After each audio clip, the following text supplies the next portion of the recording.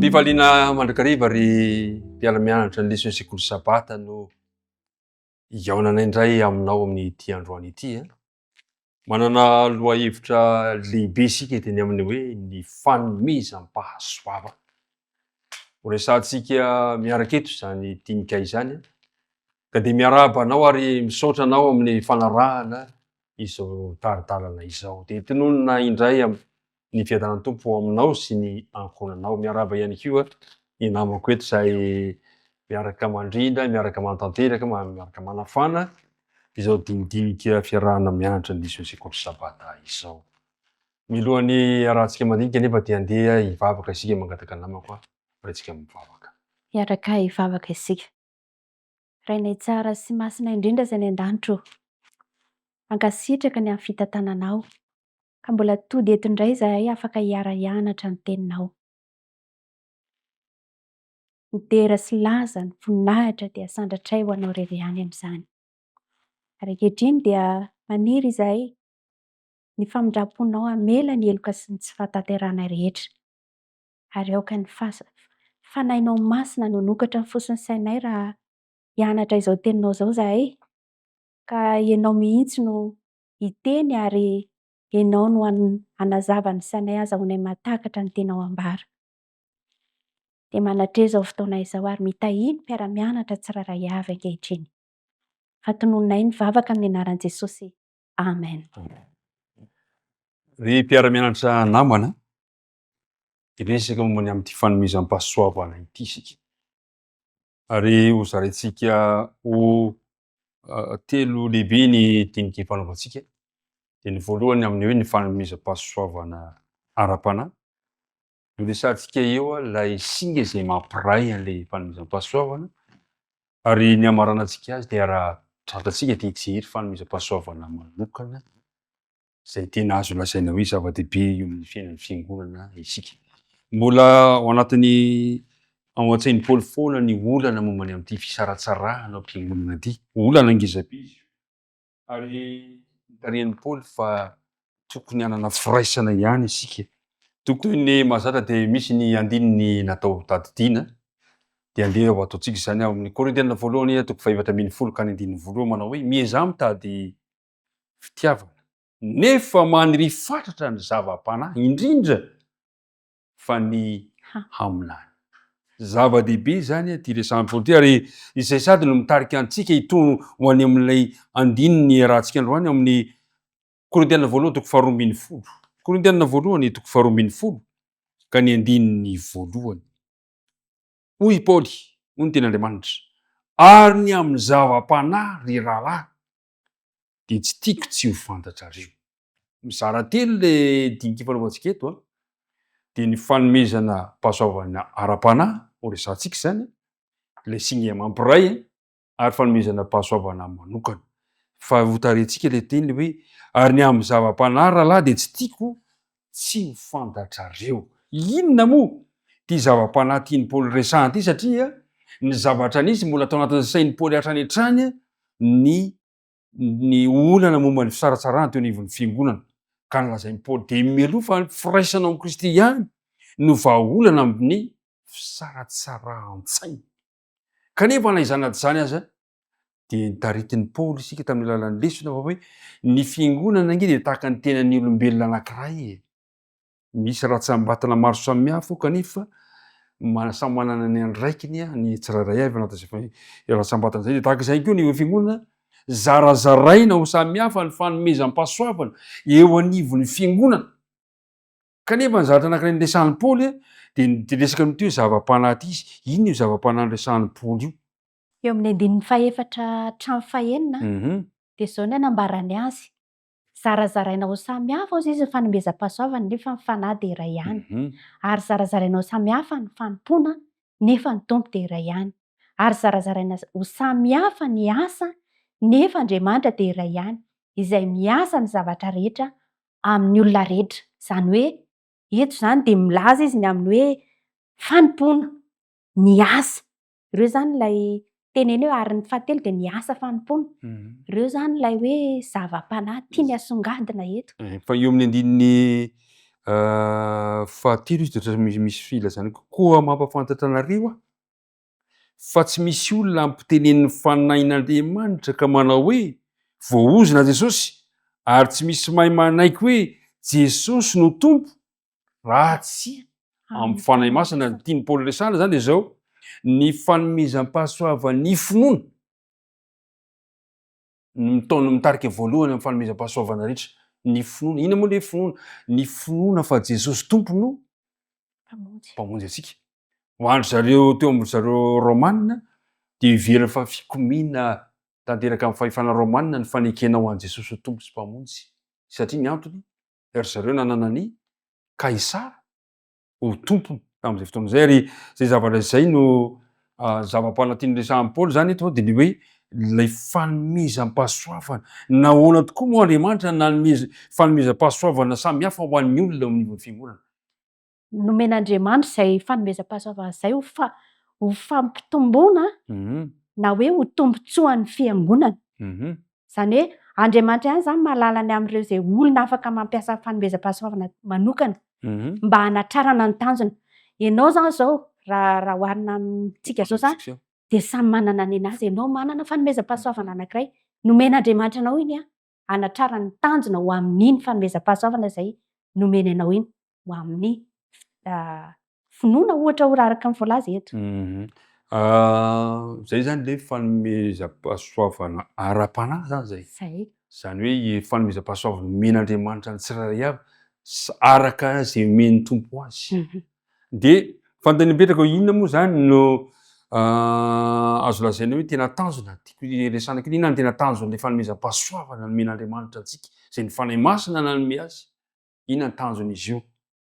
Fampandrosoana ny fiangonana, fampandrosoana ny asan'Andriamanitra. Fampiroboroboana zany. Fampiroboroboana ny asan'Andriamanitra. Zay zany tanjona farany tena hoe tiana asongadina de ny hitondra famonjena ho an'ny hafa, hitondra fampandrosoana ny asan'Andriamanitra zany, fitoriana ny filazantsara. De zavatra mampieritreritra ihany koa anatin'izao diniky fanaovantsika izao hoe zany hoe manana fanomezam-pahasoavana samy hafa zany ny tsirairay avy kanefa kendrena ny tenin'Andriamanitra araka ny fanirian'i Paoly mba hananana firaisana. Tokony ho iray zany tsika. Le hoe firaisana moa zany de ambety tenin'i Paoly amin'ity bokin'ny Korintianina ity ampiasaina izy io hoe ny fanahy de iray ihany, ny tompo de iray ihany, ny Andriamanitra de iray ihany. Ahoana ny tena fomba hanehoantsika, fomba hatrarana hoe olona maro isika, fanomezam-pahasoavana maro samy hafa kanefa vatana iray. Arak'izay de hoe asongadin'i Paoly zany amin'ilay hoe firaisana. Tahaka ny tenan'olona anankiray zany ny anoharany azy. Hoe tena anankiray de manana ny rantsany eo amin'ny vatana rehetra izay entiny hampandroso an'io tena io. Entiny hikarakarana io tena, hanasoavana an'io tena io zany. De noharin'ny Paoly an'izay koa hoe tahaka ny tenan'i Kristy koa ny fiangonana. Ao zany manana ny fanomezam-pahasoavana maro isan-karazany kanefa ny tanjona de iray ihany de ny hoe ny fampandrosoana. Io indrindra zany no tokony tsy ho adinointsika ao amin'ny fiangonana ankehitriny tahaka ny tamin'ny andron'ny Korintianina. Indraindray mantsy ao amin'ny fiangonana de atao tsinitsinina, mety hoe misy manao tsinitsinina fanomezam-pahasoavan'ny hafa. Fa ohatra hoe nenahy zany manana anankiray izay entiko hampandrosoana de nenahy ihany. Fa mety misy manana kelikely, mety misy manana lehibe izay samy hafa avokoa. Kanefa ny tanjona de zao tsy afaka miala ao amin'ny vatana anankiray. Raha ohatra zany maratra ny tanako ity de hiteny amin'ny endrika eo fa de maratra. hiteny amin'ny endrika de sa hoe ho falifaly ny endrika hoe naratra ny tanako ohatra zany. Fa ireo zany de mifanasoa mba entina hampandrosoana ny tenan'ny anankiray zany, ny tenan'ny fiangonana. Ry mpiara-mianatra namana, raha izay fanazavana rentsika teo izay de tena milaza mihitsy zany fa isika na de maro aza de iray ao amin'ny tompo. Ary zay ny voalaza tokoa hanamafisana le voalaza teo amin'ny andininy fahaenina amby roapolo amin'ny toko faharoa ambin'ny folo amin'ny Korintianina voalohany manao hoe ary raha mijaly ny anankiray momba ny tena de miara-mijaly avokoa ny teny izay rehetra momba ny teny fa raha omem-boninahitra kosa ny anankiray momba ny teny de miara-mifaly avokoa izy rehetra momba ny tena.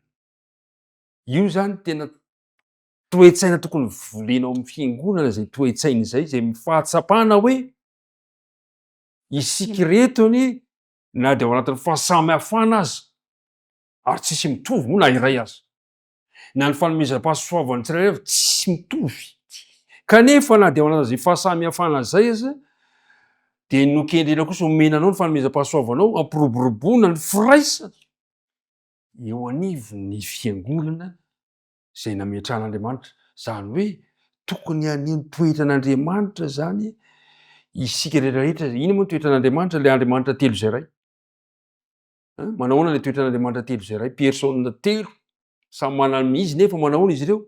Iray ihany mampandroso antsika tsirairay. Ry mpiara-mianatra namana misinga nefa tsy ambaratelo afaka mahatanteraka zay firaisana zay. Inona zay singa zay Paoly nitarika atsika ao am'izay taritarana izay.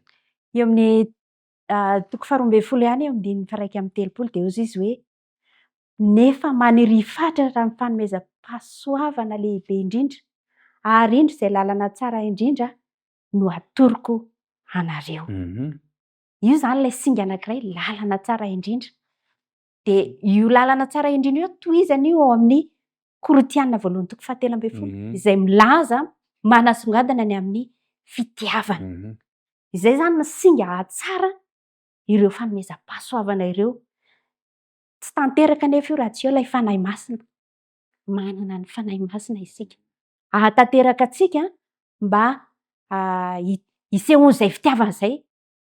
Ozy izy any amin'ny Galatiana 5:12 hoe fa ny vokatry ny fanahy de fitiavana, fifaliana. Tohizantsika ny famakiana izay ireo karazana fitiavana marobe ireo zany no singa entina ampandrosoana ilay maha-iray ny fiangonana, ampiraisana ilay fanomezam-pahasoavana samy hafa ao anatin'ny fiangonana mba tsy hanaovana tsinotsinona ny hafa na hanilikilihana ny hafa na hanambany ny hafa sanatria izany de raha tsy eo izay fitiavana izay de tsy ho tanteraka ireo fanomezam-pahasoavana ny hoe ny fanomezam-pahasoavana ara-panahy izay voalazany Paoly teo. Ny raha-pahazoana azy zany de zao hoe de lalana tsara toroan'i Paoly zany de fitiavana. Zay. Satria izay tokoa nolazainy mantsy eo amin'ny ambany hoe na de miteny amin'ny fitenin'ny olona sy ny anjely azy zao kanefa tsy manana fitiavana de tonga varahana maneno sy kipantsona mikarantsana. Ary na de manana ny faminaniana azy ka mahalala zava-miafina rehetra sady mahalala fahalalana rehetra ary na de manana finoana rehetra aza ka mahafindra tendrombohitra kanefa tsy manana fitiavana de tsinona zay no taridalana ao amin'ny taritarina ozy hoe amin'ny alalany fitiavana ihany zany no afaka ahafahantsika mampiasa ny fanomezam-pahasoavana araka ny tokony misy. Ary tena misy lanjany ny fanomezam-pahasoavana eo raha eo ilay fitiavana. Io zany no singa. Io singa. Io zany singa mampiray mahatonga an'ilay izy mampifandray zany hoe ny fitiavana zany no mahatonga antsika na de samy hafa aza de manana firaisana ao amin'ny Kristy. Ry mpiara-midinika namana, ry mpiara-mianatra namana isany andao mba hanao fanandramana eo amin'ny fiangonana isika. Inona le fanandramana tokony ataontsika? De izay le hoe isika aloha zany de tokony hatsapa fa samy hafa. Misy fahasamihafana, mety misy ihany mitovitovizana angamba fa ny fahasamihafana kanefa rehefa eo le fitiavana. Le fitiavana de fantatsika tsara fa fanomezan'ny fanahy ny fitiavana.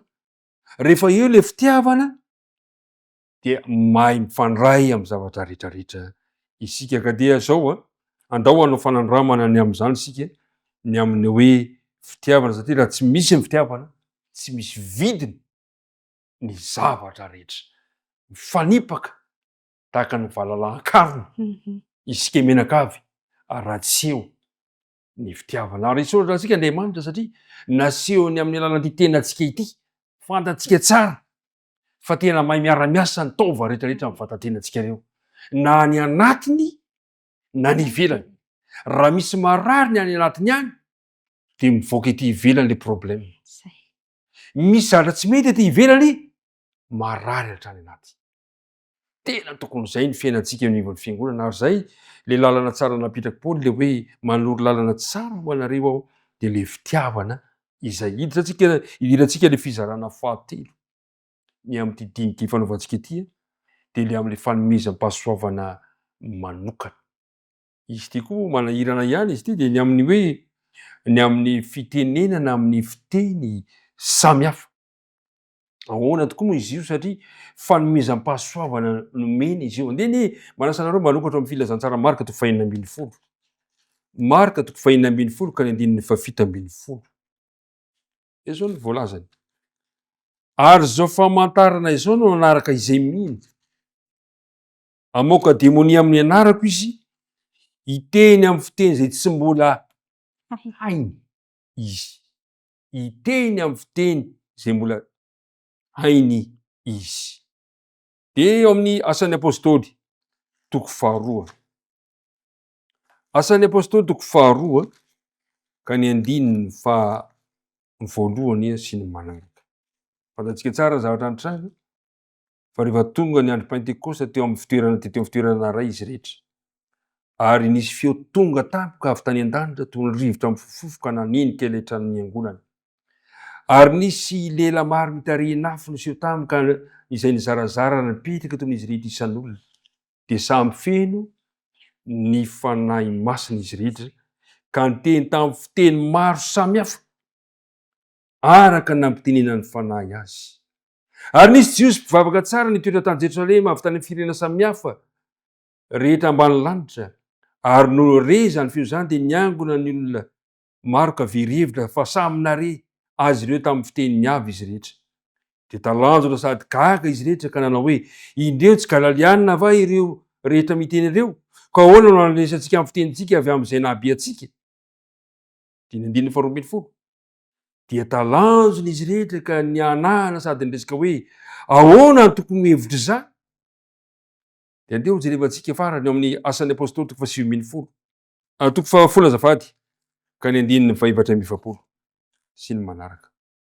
Ary raha mbola nilaza zany teny zany Petera de nilatsaka tamin'izay rehetra nandre ny teny ny fanahy masina. Ary talanjona ny mino isan'ny vaofora izay niaraka tamin'ny Petera satria nilatsaka tamin'ny jentilisa koa ny fanomezana de ny fanahy masina. Fa nandre azy niteny tamin'ny fiteny tsy fantatra sy nankalaza an'Andriamanitra izy. Ahoana mba fahitantsika io zavatra mitranga io? Inona marina moa? Ity hoe fiteny amin'ny fiteny samihafa, zany hoe le fahaiza-manao omeny fanahy masina ahafahana miteny vahiny. De ahoana marina ny mikasika any amin'ity fiteny amin'ny fiteny samihafa ity? Le tena ambara zany am'ilay hoe fiteny samihafa satria fanomezam-pahasoavana izy io de mifafana mandika fitenin'olona. Satria atao ahoana moa izy ny ahafahana mahazo an'izay tian'ny olona anankiray ambara raha tsy fantatra, raha tsy misy ny mpandika teny zany, raha tsy azo adika ilay teny ambarany. Zay zany le tena asongadina eto. Afaka ny teny vahiny. Kanefany ho an'izay mihaino nefa tsy mahazo an'izay de tokony hisy mpandika teny. Eo zany ilay fanomezam-pahasoavana anankiray izay tiany ambara amin'ilay hoe fiteny tsy fantatra. Ny fanondrin'i Paoly zany de zao mba hiteny amin'ny fiteny samihafa hozy izy rehetra. Rehefa mandeha mantsy ny fitoriana amin'ny filazantsara, tonga ny fanahy masina arak'ilay voalaza teo amin'ny Asan'ny Apôstôly 2:2 teo. De tonga ny andro Pentekosta samy nilatsahan'ny fanahy masina. Maro ny olona tafavory hanatrika ny andro fety tamin'izay fotoana izay. Zany hoe rehefa nirotsaka ny fanahy masina de afaka niteny tamin'ireo fitenin'ny olona tsirairay avy zay tonga nanatrika teo ny apôstôly. Zay zany teny ambara amin'ilay hoe fanomezam-pahasoavana ho amin'ny fiteny tsy fantatra. Io toe-javatra manko hoe efa hitantsika amin'ny tontolo kristianina amin'izao fotoana izao. Ny fivavahana. Io fiangonana sasany misy an'izany. Ary ny zava-doza raha ohatra ka tsy ampiasaina araka ny tokony ho izy izany toe-javatra zany de hiteraka korontana ao amin'ny fiangonana. Jereo iny voalaza eo amin'ny Korintianina voalohany toko faha 7 ka ny andininy fahatelo amby roapolo de zao ny voalazan-teny: koa raha nivory ny mpiangona rehetra ary ny olona rehetra samy miteny amin'ny fiteny tsy fantatra ary miditra ny tsy mahay na tsy mino, tsy ho lazainy va fa very saina ianareo? Ary raha samy maminany izy rehetra ary miditra ny tsy mino na ny tsy mahay, dia ho voan'ny anatra ataon'izy rehetra izy sady ho tsarain'izy rehetra. Koa dia miseho ny zavatra tahaka no ao ambony, de hikoaka izy ka hivavaka amin'Andriamanitra sady laza fa Andriamanitra dia ao aminareo marina tokoa. Inona no tiana resaha? Anapiko an'izay de andininy fahafolo izy milaza toy izao: misy fiteny maro samihafa amin'izao tontolo izao ka samy manana ny heviny avy. Koa raha tsy mahalala ny hevitry ny fiteny aho de ho vaka amin'izay miteny ary izay miteny ho vaka amiko kosa. Hiteraka korontana lay izy zany. Ary zavatra mampalahelo misy mpivory de miara miteny am'izay teneninao, inona tokoa moa ny zahatra andeha am'zany zavatra zany, kanefa zany ny zavatra hitantsika am'izao vanim-potoana zao rehefa raha toa ka diso. Ary zay ny mahatonga ny hoe nahatonga ny Paoly hoe tokony hisy mpandika izay toe-javatra izay ino moa izy teo, zay le fiteny amin'ny fiteny samy hafa izay. Ary zay raha teo no zavatra tahakin'ny Paoly hoe misy olona zany manam-panomezam-pahasoavana amin'ny fiteny samy hafa ary tokony hiara-dalana aminy ny fandika-teny araka ny voalaza amin'ny andininy fasivy. Hoy izy hoe: de toy izany koa ianareo, raha tsy mazava ny teny aloky ny vavanareo, atao ahoana moa fa hafantatra zay lazainareo? Fa raha tsy zany de teny amin'ny rivotra ianareo. De zavatra teny ilaintsika zany de zao hoe ilaina zany ny fandika-teny.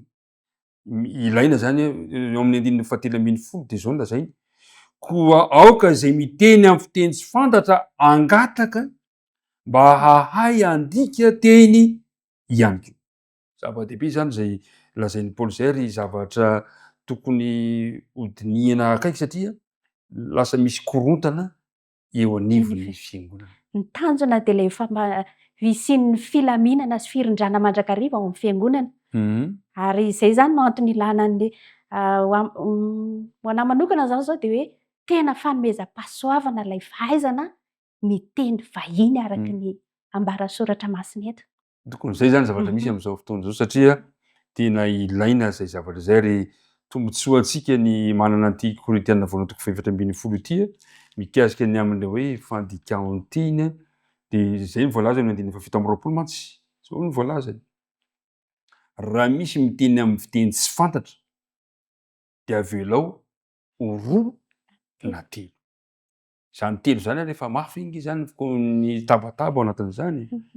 Fa aza atao mihoatra noho izany ka ampifanarakarahana ary avelao hisy iray mandika amin'ny teny. Fa raha tsy misy mpandika teny de mazava ary mpiara-mianatra namana ny lazain'ny ten'Andriamanitra, aoka izy angina eo amin'ny fiangonana, fa aoka hiteny amin'ny tenany sy amin'ny Andriamanitra ihany izy. Raha ohatra zany ka te hiteny amin'ny fiteny tsy fantatrao anao de ataovy ao aminao sy Andriamanitra, tsy manakana zany Andriamanitra. Fa raha toa kosa ka hiteny amin'ny fiteny tsy hainao de aleo mangina raha tsisy mpandika teny. Satria ary mazava le fanambarana teo hoe raha misy olona anankiray tsy mino miditra de ozy hoe very sainy reto olona ireto. Ary zay zavatra zava-doza. Nefa ny fiangonana de tokony ahitan'ny olona fampahirezana, ahitan'ny olona fifaliana am'izay lazaina izay. Inona ny inona azo lazaina ty fanomezam-pahasoavana hafa ity? Fanomezam-pahasoavany faminaniana. Ao amin'ny andininy fahatelo izy de milaza toy izao ao amin'ny Korintianina voalohany ihany fa izay maminany kosa miteny amin'olona ho fampandrosoana sy ho famporisihana na ho fampiononana. Asongadina ihany koa zany ny fanomezam-pahasoavana faminaniana ankoatran'ilay hoe fiteny tsy fantatra. Ny tena tanjon'ity fanomezam-pahasoavana ity zany de fampandrosoana amin'ny finoana. Fampandrosoana ihany koa ny fiangonana ary ho famporisihana amin'ny fampandrosoana amin'ny fiangonana foana zany. de nasongadina n'io fanomezam-pahasoavana io ny Korintiana nanasongadina an'io zany ilay eo amin'ny andininy voalohany hoe mizaha mitady fitiavana nefa maniry fatratra ny zava-panahy koa indrindra fa ny aminany. Le tany amin'ny toko 12:1-3 izy miteny hoe maniry fatratra ny fanomezam-pahasoavana lehibe indrindra de nasehony teo le hoe ny fitiavana. Eto zany de ny faminaniana indray no ambaran'ny Paoly. Inona moa ny antony ilana an'io hoe faminaniana io? Io zany de hanehoana fa misy olona zay amin'izao andro faran'izao zany araka ny voalazan'ny Apokalipsy de any aparany any ny olona aminany sy ny sisa rehetrarehetra izy fanomezam-pahasoavana amin'izay. De io faminaniana io zany ny tiana ambaran'ity tari-dalana androany ity de zao hoe ny fahaizanao mampianatra amin'ny alalan'ny fandinihanao ny tenin'Andriamanitra ary misy fepetra izy io hamantarana ny hoe ohatry ny ahoana ilay faminaniana izay ambara tiany Paoly ambara le faminaniana resana eto ve faminaniana ny amin'ny zavatra iaina le mpanoratra sa faminaniana zavatra efa lasa sa faminaniana zavatra ho avy? Faminaniana iaina le mpanoratra zany tiana ambara eto. De le ho avy koa nefa. De ny ho avy koa.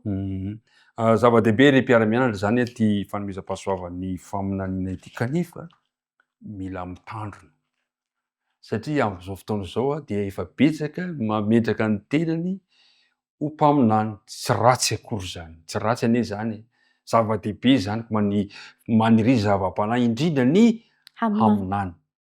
Fa saingy izao asain'ny tenin'Andriamanitra mijery tsara isika. Ahoana tokoa no afantarantsika na afantarako na afantaranao fa ity mpaminany ity de tena mpaminany avy amin'ny Jehovah satria tany aloha tany ange de efa nisy ny lazan'izany. Nisy faminaniana lazainy hafa nefa tsy izy akory. Inona tokony mba inona zany mba arofanina na fierovantenantsika mba hahatonga antsika ho tratran'le mpaminany sandoka satria hozy Jesosy any aparany any de izy mpaminany sandoka amitaka. De ahoana nafantarantsika ny amin'ny mpaminany anankiray zay tokony ho arahantsika satria ny fanomezam-pahasoavana faminaniana io de anisy amin'ny mampiavaka ny fiangonana zao andro farany izao. Zay voalaza ny bokin'ny Apokalipsy. Hozy hoe jerevantsika ny voalaza amin'ny Apokalipsy toko 2:10 Apokalipsy toko 2:10 ka ny 7:10 izy hoe tetezitra tamin'ilay vehivavy ny mpizago ka lasa nandeha hiady tamin'ny zanany sisa izay mitandrina ny didin'Andriamanitra sy mitana ny filazana an' Jesosy. Inona moa le filazana an' Jesosy amin'ny toko 7:10 de lazainy ao hoe fa ny filazana an' Jesosy no fanahy ny faminaniana. De zay mahatonga mba hametraka fanontaniana hoe satria zany ilay faminaniana le fanomezam-pahasoavana faminaniana de manamarika ny fiangonana zao andro farany izao. De ahoana nafantarana? Ahoana mba tokony hitarihana ny lalana mpiara-mianatra an' Jesosy sekoly sabata ny amin'izay tokony hoe ahafantarantsika ny mpaminany avy amin'Andriamanitra. Ao amin'ny tari-dalan'ny lesona de mampianatra izy mahakasika an'izay hoe misy fitsipika efatra ahafantarana fepetra zany efatra zay ahafantarana le hoe le mahakasika an'ity faminaniana ity. Hoe raha misy olona anankiray zany mahazo fanomezam-pahasoavana io faminaniana io de reto zavatra reto no mahatarantsika azy hoe tena avy amin'Andriamanitra tokoa ny faminaniana izay hoentiny. Voalohany de tanteraka amin'ny faminaniana ambarany. Tanteraka. Ny faharoa fanaraka amin'ireo mpaminany talohany ny hafatra entiny. Izany hoe araka ny inoantsika de misy faminaniana atao amin'ity tenin'Andriamanitra ity. Fanaraka amin'izay ve ilay hafatra entin'ilay olona milaza azy nahazo fanomezam-pahasoavana faminaniana. Ny fahatelo de hita eo amin'ny fiainany andavanandro ny fanolorany tenany ho an'i Kristy. Tsy hoe milaza izy fa mpaminany kanefa ny fiainany tsy arak'izay. Ny ratsy rehetra no ataony fa tsy arak'izay sitrapon'Andriamanitra. Movy hoe miaina araka ny sitrapon'Andriamanitra sy araka n'izay takin'ny tenin'Andriamanitra aminy io olona io. Raha izay zany tanteraka de azo inoana ny fanomezam-pahasoavana na ny fanambarana faminaniana ambarany. Ary ny fahaefatra de nambaran'i Jesosy fa ny voany ozy izy no hamantarana ny mpaminany sandoka tahaka izany koa ny mpaminany marina. Ny voany rehefa miaina araka le teo hoe Mifampiankina le roa farany. Rehefa miaina arak'ilay tenin'Andriamanitra izy dia mamoa voatsara eo amin'ny fiainany. Mitondra voatsara eo amin'ny manodidina azy ary hita eo amin'ny fiainany izany ny faminaniana izay ambarany. Ry mpiara-mianatra namana, zava-dehibe izay niarahantsika teto androany izay. Fa tiako hiverenana kely fotsiny ilay fitsipika faharoa. Ilay hoe mifanaraka amin'ny fanambaran'ireo mpaminany taloha ny hafatra entiny. Dia izao tokoa lazain'ny mpaminany Isaia 9:20 hoe ho amin'ny lalàna sy ny teny vavolombelona ihany. Raha tsy miteny arak'izany teny izany izy dia olona izay tsy posahan'ny fahazavan'ny maraina. Izany hoe nizaniza izany isika milaza ny tenantsika ho mpaminany. Tsy ratsy izany. Fa fotsiny tsy maintsy mifanaraka amin'ny lalàna sy ny teny vavolombelona. Ary izay ilay lazain'ny Jaona ary amin'ny Apokalipsy. Indro ny faharetan'ny olona masina dia izay mitandrina ny didin'Andriamanitra. Izay ilay lalàna. Mitandrina ny didin'Andriamanitra sy ny finoanan'i Jesosy. Ny mpaminany anankiray izany dia hita hisotro amin'ny fiainany fa olona tsy manilikilika ny didin'Andriamanitra. Ary tsy manilikilika ny teny vavolombelona. Ny teny vavolombelona dia ny tenin'Andriamanitra, ny testamenta taloha sy ny testamenta vaovao. Andriamanitra ny hombantsika ny amin'izany. Inona re no teny farany azontsika resahana satria manapetra ihany ny fotoana iarahantsika eto amin'izao anio izao. Mahafinaritra ity lesitsika ity tamin'ity herinandro ity, izay manasongadina ny amin'ny hoe fanomezam-pahasoavana, ny fahasamihafana sy ny sisa rehetra izay iainantsika amin'ny fiangonana. Misy paragrafy anankiray izay mahafinaritra amin'ny famarananao, amin'ny fizaranao pejy 720 dia ozy izy eo amin'ny faharoa eo. Paragrafy faharoa. Aoka tsy hisy hanamban'ireo fanomezam-pahasoavana heverina ho kely kokoa. Misy izany eo amin'ny fiangonantsika. Mety manana kelikely fa andao kolokoloina, ampiana izy, ampitombo an'ilay kely izay ananany. Aoka hiasa izany rehetra. Aoka izany tsy hisy toe-mem-pona amin'ny tsy finoana noho ny fiheveran'ny tenany ho tsy afaka manao asa lehibe. Indraindray ilay manana kely dia hoe za tsy afaka hanao na inona na inona. Fa na kely aza ananantsika dia andao ampiasaina amin'ny mpinoana izany. Fa afaka havita lehibe ho an'Andriamanitra. Atsaharo izany ny fijerena ny tenanao. Fa izao kosa jereo ny mpitarika anao dia Jesosy izany. Ataovy izay azonao atao amin'ny fahalemem-panahy sy ny fahitsiana ary ny fitiavana izay nasongadina teo. Fitiavana no entina mampandroso ny fanomezam-pahasoavana rehetra. Dia afinaritra ao am-piangonana, afinaritra amin'ny fiarahana rehetra, n'aiza misy ny fiangonana izay hivavahantsika. Raha izany ary no izy ry mpiara-mianatra namana, fantaro ny fanomezam-pahasoavana omen'Andriamanitra anao. Dia eto izany ho fampandrosoana ny fiangonana. Eto ambavaka isan'andro mba hahatonga anao fitaovana mahomby. Ka na atao hoe zarazaraina samihafa aza ny fanomezam-pahasoavantsika rehetrarehetra, dia hitondra kosa fampiroboroboana, fampandrosoana, firaisana lehibe eo amintsika samyntsika eo amin'ny fiangonana izany. Dia ombanao any Andriamanitra ka ny amaranantsika azy dia andinina atao tahaka hoe miazaha mitady fitiavana nefa maniry fatratra ny zava-panahy, indrindra ny aminany. Tompany ombanao ary isaorana be dia be ny mpiara-mianatra amiko eto. Misaotra anao ihany koa mpiara-mianatra any amin'ny toerana maro samihafa ihany. Ho aminao mandrakarivany ny fahasoavan'ny Tompoka dia hoentsika mivavaka izany mangataka namako ato mba hampiraintsika amin'ny lalan'ny vavaka ho famaranana izao dinika hifanaovantsika izao. Hiaraka hivavaka isika. Rainay tsara tsara ianao satria manome tsara ho anay tamin'ity maraina ity dia ny teninao izany. Tehirizo aty am-ponay mandrakariva izany. Ampio izay tsiraray avy. Hiezaka hitady ny hampandrosoana ny fiangonana, ny zava-panahy, ireo fanomezam-pahasoavana tsiraray avy izay nomenao ho an'ny tsiraray avy. Andriamanitra zavelanao hijery ny tenanay izahay, fa hibanjina anao kosa izay nanome anay izany fanomezam-pahasoavana izany, ka mba ampio izahay hampiasa ireny fanomezam-pahasoavana nomenao ho anay ireny mba ho famonjena ny hafa ary ho fampandrosoana ny fiangonanao. Dia mitahy manokana ny mpiara-mianatra tamin'ity maraina ity, ingane hiditra an-tsehatra amin'ny fiainan'ny tsiraray avy izay manaraka izao fandaharana izao ianao, ka ny mihaza ireo ihany koa ny fanahy avy aminao, azahoan'izy ireo maniry fatratra ny zava-panahy, dia ny haminany, ny fitiavana sy ny hafa rehetra. Tompo malalo saraketo izay ankehitriny, fitahianao amin'ny tokantrano tsirairay avy, fahasoavanao ho amin'ny tsirairay avy. Fatononay izany vavaka izany amin'ny anaran'i Jesosy. Amen.